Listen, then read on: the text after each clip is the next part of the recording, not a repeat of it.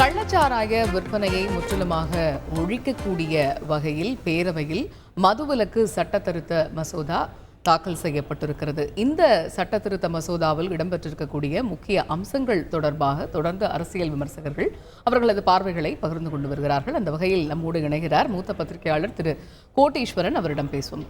இணைப்பில் வந்தமைக்கு மிக்க நன்றி திரு கோட்டீஸ்வரன்.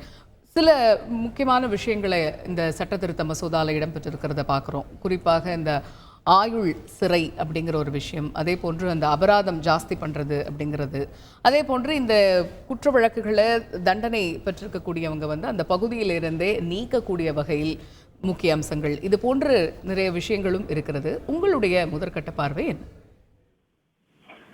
முதல்ல இந்த மாதிரி ஒரு சட்டத்தை கொண்டு வந்ததற்கு தமிழக அரசுக்கு பாராட்டு. ஆனால் இந்த சட்டம் வந்திருக்கிறது. இந்த சட்டத்தால முழுமையா சாராயம், கள்ளச்சாராயம் ஒழிக்கப்படுமா அப்படின்ற அந்த உத்தரவாதத்தை நோக்கி பார்க்கும் பொழுது இந்த சட்டமானது பாத்தீங்கன்னா, இந்த சாராய தொழிலில் ஈடுபடுறவங்க இல்ல இந்த கள்ளச்சாராயம் காசுபவர்கள் இந்த இடம், அந்த இடத்தின் மீது சீல் வைக்கப்படும், 10 லட்சம் ரூபாய் அபராதம் வைக்கப்படும், அந்த இடத்துல இருந்து அகற்றப்படுவாங்க. அவங்களோட அசைற சொத்து அசைரா சொத்து முடக்கம் பண்ணப்படும், வங்கி கணக்குகள் முடக்கப்படுன்ற மாதிரி இந்த சட்டம் சொல்கிறது.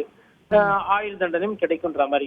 பட் இந்த சட்டத்துல ரொம்ப ஒரு முக்கியமான ஒரு அம்சம், ஒரு பத்திரிகையாளரா ஒரு வழக்கறிஞரா ஒண்ணு குறைகிறது அப்படின்னா என்னன்னா, நடவடிக்கை எடுக்காத காவல்துறை அதிகாரிகளோ இல்ல மற்ற அதிகாரிகளுக்கு என்ன தண்டனை, அது இல்ல முதல்ல.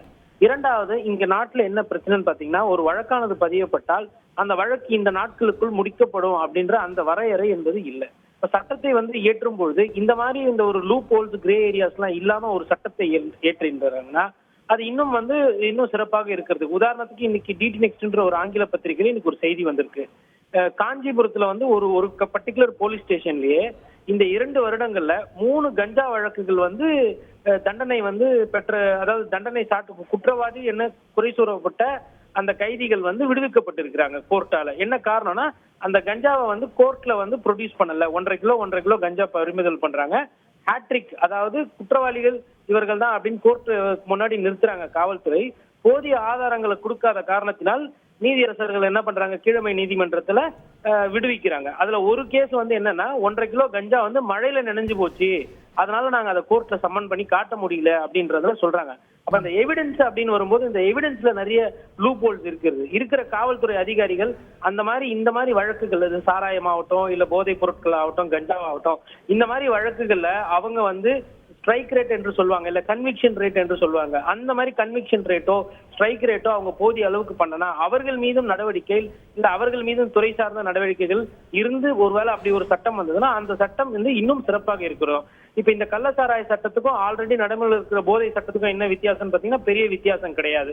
போதை பொருள் சம்பந்தப்பட்டதுலயுமே பாத்தீங்கன்னா இந்த அசைற சொத்து அசையாத சொத்துக்கள் முடக்கப்படும், வங்கி கணக்குகள் முடக்கப்படும். அப்படி இருந்தும் கூட போதை பொருட்கள் நடமாட்டம், கஞ்சா போன்ற விஷயங்கள் இன்னும் தமிழகத்தில் இருக்குன்றதுதான் நிதர்சனமான உண்மை. ஆகவே சட்டங்கள் பெரிதாக இருக்குது ஆல்ரெடி. அந்த சட்டத்தை சரியாக இயக்குவதில்லை, அந்த சட்டத்தை சரியா இன் லெட்டர் அண்ட் ஸ்பிரிட் இம்ப்ளிமெண்ட் பண்ணாததுதான் இங்க பிரச்சனை. ஆகவே துறை ரீதியான அதிகாரிகள் மீதோ காவல்துறை சம்பந்தப்பட்ட அதிகாரிகள் மீதோ நடவடிக்கை எடுக்கிற மாதிரி இன்னும் சட்டங்கள் வந்தாதான் அதை இன்னும் வேகப்படுத்த முடியும்.